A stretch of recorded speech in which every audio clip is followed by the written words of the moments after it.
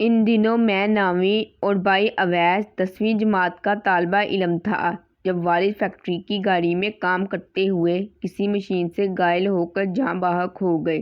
سارے گاؤں میں کہرام مچ گیا کہ میاں صابر بیچارہ اللہ کو پیارا ہو گیا۔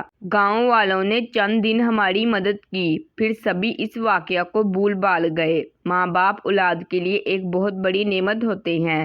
ماں ٹھنڈی چھاؤں تو باپ ایک مضبوط سائبان، جس کے سائے تلے بچے بے فکری سے اپنا سنہرا بچپن گزارتے ہیں۔ یہ سایہ نہ رہے تو یتیمی کی کڑی دھوپ اور زمانے کے ہاتھ ان کا بچپن چھین لیتے ہیں۔ میرا بھائی اویس بھی والد کی وفات کے بعد زمانے کی ٹھوکروں میں آ گیا۔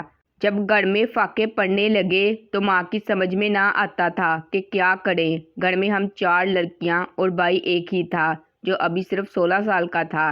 اس کی بھی سمجھ میں نہ آتا تھا کہ کیا کرے۔ امی کو بتائے بغیر ایک دن مزدوری کے لیے ایک شخص کے پاس گیا جو قریبی محلے میں رہتا تھا۔ اس نے کہا، تم ابھی بہت چھوٹے ہو، مزدوری نہیں کر سکتے، سارا دن سخت مشقت کرو گے تب بھی اتنے پیسے نہیں ملیں گے کہ تمہارے اور تمہارے گھر والوں کا پیٹ بھر سکے، صحت بھی خراب ہو جائے گی۔ بہتر ہے تم کسی طرح تعلیم جاری رکھو، میٹرک پاس کر لو تو کہیں نہ کہیں نوکری مل ہی جائے گی۔ اس کا لیکچر سن کر اویس کا برا حال ہو گیا کیونکہ بھوک سے سر چکرا رہا تھا۔ اس نے دل ہی دل میں اس شخص کو کوسا اور چل دیا۔ اس شخص کے پاس ایک عمر رسیدہ عورت آئی ہوئی تھی، اس کو اپنا گھر ٹھیک کروانا تھا۔ اس نے ان کی گفتگو سنی تو اویس کے پیچھے آئی اور اسے آواز دینے لگی۔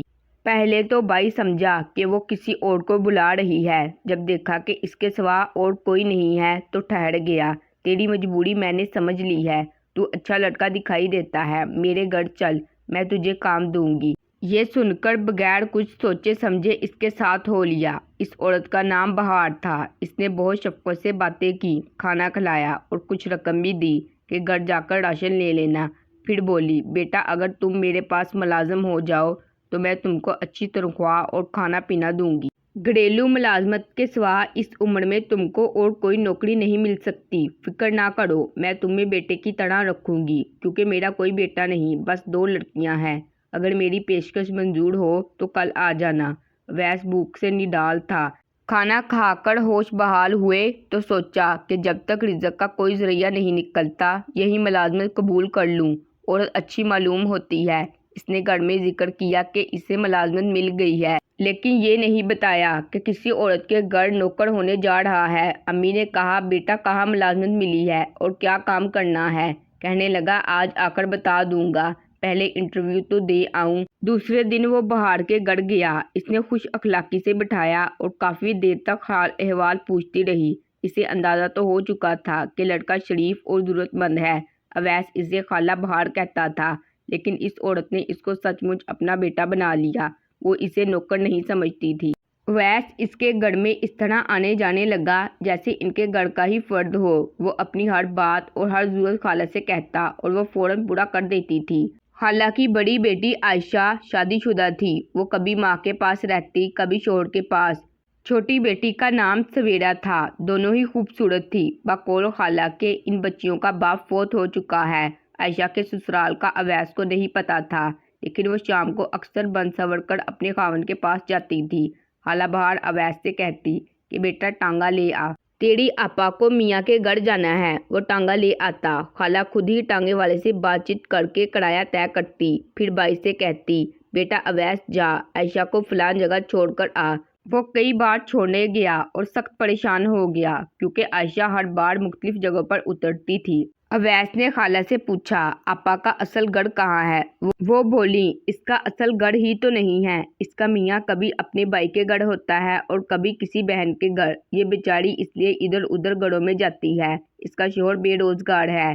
تو خالہ تم بیٹی کو اپنے گھر کیوں نہیں رکھ لیتی ہو؟ شوہر کے پاس رہنے کی خاطر تمہاری بیٹی خاوند کے رشتہ داروں کے گھروں میں بھٹکتی رہتی ہے، یہ تو کچھ اچھا نہیں لگتا۔ اویس میاں، اس کا شوہر بڑا نکچیڑا ہے، اپنے رشتہ داروں کے گھر تو رہتا ہے لیکن گھر داماد بن کر رہنا پسند نہیں کرتا۔ خیر ان دنوں اویس نہ سمجھ تھا، ان باتوں کی گہرائی کو نہ سمجھ سکتا تھا۔ جب وہ باشعور ہو گیا تو خالہ نے اس کو کپڑے کی دکان پر ملازم کرا دیا۔ کہا کہ یہ دکاندار میرا واقف ہے، تمہارا کافی وقت میرے پاس گھریلو کاموں میں ضائع ہو گیا ہے، اب تم اپنے لیے وقت نکالو، دکان سے 4 بجے فارغ ہو کر میٹرک کے امتحان کی پرائیویٹ تیاری کرو۔ اویس کو دکان سے اچھی تنخواہ ملنے لگی۔ وہ 4 بجے فارغ ہوتا، سیدھا خالہ کے گھر چلا جاتا۔ کبھی کبھی دکان کا مالک اسے کچھ سامان بھی دے دیتا کہ خالہ کے گھر دے دینا۔ وہاں تھوڑی دیر پڑتا، خالہ کے کچھ کام کرنے ہوتے تو کر دیتا اور رات کا کھانا کھا کر اپنے گھر آ جاتا۔ امی کی مالی پریشانیاں کچھ حد تک دور ہو گئی تھی۔ بیٹا ہر ماہ باقاعدگی سے تنخواہ والدہ کے ہاتھ پر رکھ دیتا تھا۔ گھر میں سکون آ گیا تھا۔ جب اویس کی کارکردگی کی وجہ سے مالک نے اس کی تنخواہ بڑھا دی تو خالہ نے اس سے فرمائشیں شروع کر دی۔ وہ ان کی ہر فرمائش پوری کرنے کی کوشش کرتا کیونکہ اس خاتون نے اس کی بہت مدد کی تھی، فاقوں سے بچایا تھا اور ملازمت بھی دلوائی تھی۔ وہ ان کو ماں کی جگہ سمجھتا تھا۔ برے دنوں میں خالہ نے ہی سہارا دیا تھا۔ اویس آنکھ بند کر کے اس کا ہر حکم مانتا۔ کبھی کبھی کپڑے کی دکان کا مالک دکان بند کر کے رات کو خالہ کے ہاں آ جاتا اور خالہ بھی دکان پر کپڑے وغیرہ دیکھنے جاتی۔ اویس ان باتوں کا نوٹس نہیں لیتا تھا، بلکہ جب وہ دکان پر آتی تو وہ ان کی خاطرداری کرنے کی کوشش کرتا۔ دوسرے سیلز مین اس کی آوبھگت کو حیرت کی نظر سے دیکھتے تھے۔ ایک دن اس کے ساتھ کام کرنے والے ایک لڑکے نے کہا، تم جانتے ہو یہ عورت کون ہے؟ اس پر وہ بہت ہنسا اور پھر چپ ہو گیا۔ خالہ نے اب اس کو چھوٹی لڑکی کا جاسا دینا شروع کر دیا۔ کہا کہ اویس بیٹا تو کچھ بن جائے تو میں اس کی شادی تجھ سے کر دوں گی۔ میں نے تجھے پہلے ہی اپنا بیٹا بنایا ہوا ہے۔ بس اسی جھانسے نے میرے بھائی کو تباہ کیا کیونکہ وہ سچ مچ میں سویرا سے محبت کرنے لگا تھا۔ اب وہ ساری کمائی خالہ کے ہاتھ پر دھرنے لگا۔ اس کے باوجود اس عورت کی فرمائشیں بند نہ ہوئی۔ مجبوراً اس نے دکان کے مالک سے رقم چرانی شروع کر دی۔ سیٹھ اس پر اعتماد کرتا تھا۔ وہ جب کبھی کہیں باہر جاتا تو دکان بھائی کے حوالے کر جاتا تھا اور وہ بہار کو خوش کرنے کے لیے رقم چوری کر لیتا۔ خالہ رقم دیکھتی تو خوش ہو جاتی۔ اس کی خوشی میں اویس کا دل بھی کھل اٹھتا اور وہ باغ باغ ہو جاتا۔ ایک بار ایک سیلز مین نے اسے رقم چراتے ہوئے دیکھ لیا۔ اس نے سیٹھ سے شکایت کر دی۔ سیٹھ نے اسے جیل میں ڈلوا دیا۔ اب بھی خالہ کا اثر و رسوخ کام آیا۔ اس کے ایک پولیس آفیسر سے جان پہچان تھی۔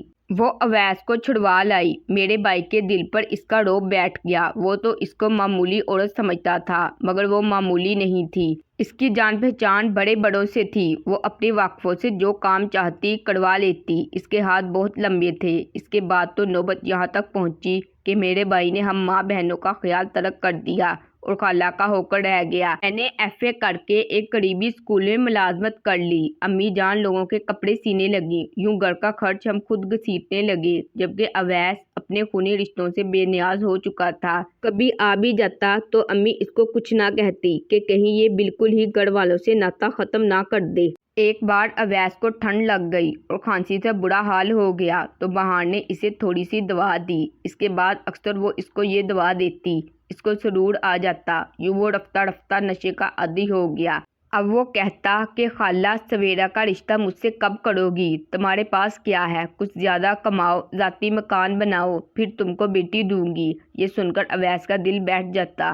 اس پر بھی وہ اس عورت کی بہت خدمت کرتا، اس کی ہر بات مانتا، مگر جب شادی پر اصرار کرتا تو وہ ٹال جاتی۔ آخر اس نے بھی کچھ کر دکھانے کی ٹھان لی۔ جیل میں اس کی ملاقات ایک شخص سے ہوئی۔ وہ عادی چور علی خان تھا۔ ایک دن اس نے علی کا ٹھکانہ جا ڈھونڈا اور اپنی مجبوری بتائی تو اس نے اویس کو اپنے ساتھ شامل کر لیا۔ اس کا ایک اور ساتھی تھا۔ اب یہ تینوں مل کر چوریاں کرتے اور اویس اپنے حصے کا مال لا کر خالہ کے قدموں میں رکھ دیتا کہ اب تو خوش ہوگی اور سویرا کا رشتہ اس کو دے گی۔ وہ جس قدر پیسے لا کر دیتا یہ خاتون ہضم کر لیتی اور پھر وہی بات دہراتی کہ جب تک کچھ بنا نہ لوگے میں کیسے اپنی بیٹی کا ہاتھ تمہارے ہاتھ میں تھما دوں۔ اب اویس ان باتوں سے تنگ آ گیا تھا۔ اتفاق سے انہی دنوں ان کا ایک ساتھی پکڑا گیا۔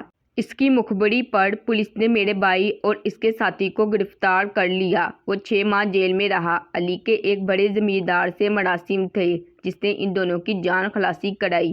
جیل سے رہا ہوتے ہی وہ خالہ کے پاس گیا۔ بھائی نے سوچا تھا کہ دیکھتے ہی خالہ اسے گلے سے لگائے گی کہ میرے بیٹے تو اتنے دن کہاں اور کس حال میں رہا، مگر اس نے اویس کو دیکھتے ہی منہ بنا لیا۔ سویرا کیسی ہے؟ اویس نے سوال کیا۔ اس کی شادی ہو گئی ہے، وہ اب اپنے گھر میں ہے، اس کا نام مت لے۔ یہ سن کر اویس پر بجلی گر پڑی۔ یہ کیا کہہ رہی ہو خالہ؟ اتنے عرصے مجھے شادی کا جھانسا دے کر لوٹتی رہی ہو اور چند دن کی میری غیر حاضری میں تم نے اس کو کسی اور سے بیاہ دیا، تو کیا تجھ چور اچکے سے بیاہ دیتی؟ خالہ کے ایسے کہنے پر اویس سر سے پاؤں تک غصے میں جھلس گیا اور دانت پیس کر بولا، مجھ کو چور اچکا ڈاکو کس نے بنایا؟ مجھے جیل کی سلاخوں کے پیچھے کس نے پہنچایا؟ تم نے خالہ، میں اب تمہیں نہیں چھوڑوں گا۔ جا جا بدماش کہیں کا، یہ دھمکیاں کسی اور کو دینا۔ میرے پاس اتنا اثر و رسوخ ہے کہ تجھ کو عمر بھر کے لیے جیل میں بیچ سکتی ہوں، تو باہر کی ہوا کھانے کو ترس جائے گا۔ بڑھیا کی ایسی باتیں سن کر وہ غصے سے کھولتا ہوا باہر آ گیا اور سیدھا علی کے پاس پہنچا۔ اس نے اویس کی حالت دیکھی تو پوچھا، خیر تو ہے؟ کیا ہوا میرے یار کو؟ بھائی نے اس سے ہر بات کہہ دی۔ وہ بولا، غم نہ کر یار، اس عورت سے ہم نبٹ لیں گے۔ تیرا دیا ہوا ایک ایک ٹکا اس سے وصول نہ کیا تو میرا نام علی خان نہیں۔ اس نے ایک منصوبہ بنایا اور اویس اپنے ساتھی کے ہمراہ بڑھیا کے ہاں نقب لگانے گیا، مگر بدبختی کہ وہ گھر چھوڑ کر جا چکی تھی۔ انہوں نے بعد میں اس کے دوسرے ٹھکانے کا پتہ لگا لیا۔ خالہ بہار نے اپنی چھوٹی لڑکی کی شادی ایک امیر آدمی سے کر دی تھی اور خود بھی اس کے ساتھ کوٹھی میں منتقل ہو گئی تھی۔ یہ لوگ وہاں بھی نقب لگانے پہنچ گئے۔ ان کا ارادہ صرف چوری کرنے کا تھا، کسی کی جان لینے کا نہیں، مگر بدقسمتی سے حالات ایسے ہو گئے کہ جب یہ چوری کرنے کی نیت سے خالہ بہار کے داماد کی کوٹھی میں داخل ہوئے تو اس کی آنکھ کھل گئی۔ وہ اکیلا ہی بندوق لے کر باہر نکل آیا۔ وہ اکیلا تھا اور یہ تین۔ وہ ان کے تیسرے ساتھی کو نہ دیکھ سکا۔ اویس اور علی تو ہاتھ اوپر کر کے سامنے کھڑے تھے اور اس نے ان پر بندوق تان رکھی تھی، مگر ان کے تیسرے ساتھی نے پیچھے سے سویرا کے شور پر وار کر دیا۔ اس بیچارے کا کام منٹوں میں تمام ہو گیا اور سویرا بیوہ ہو گئی۔ اس کے بعد بھی اس پر کوئی فرق نہ پڑا۔ اب عائشہ کی طرح اس کے ٹھکانے بھی بدلنے لگے۔ فرق تو میری ماں کو پڑا، جس کا جوان بیٹا 14 سال کے لیے سلاخوں کے پیچھے چلا گیا، یا پھر ہم بہنوں کو، جن کی آنکھیں اپنے بھائی کی صورت دیکھنے کو ترستی تھی۔ فرق پڑا تو اس قتل ہونے والے کو، جسے ناحق خنجر لگا۔ اس کی ماں کی دنیا اندھیر ہو گئی، جس کی جان بہار کی فریبی چالاکیوں کے سبب چلی گئی۔ خدا جانے وہ بدبخت بڑھیا مر گئی یا میرے بھائی جیسے کسی بے وقوف نوجوان کی زندگی برباد کرنے کو زندہ ہے۔ دعا کرتی ہوں کہ سب کے والدین زندہ رہیں، کسی کا باپ نہ مرے، ورنہ بچے یتیم ہو کر اسی طرح غیر محفوظ ہو جاتے ہیں جیسے میرا بھائی ہوا۔ وہ صاحبان سے محروم ہو کر حالات کی دھوپ میں جل گیا۔